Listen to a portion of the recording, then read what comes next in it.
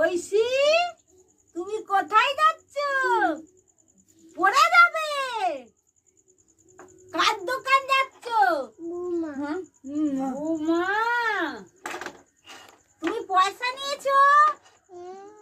পড়ে গেছে তো পয়সা? হাইরে ফেলেছো? ক টাকা? 2 টাকা? তাহলে 100 টাকা। দোকান খুলেছে? কই বুমা? কোথা বুমা? মাঠে।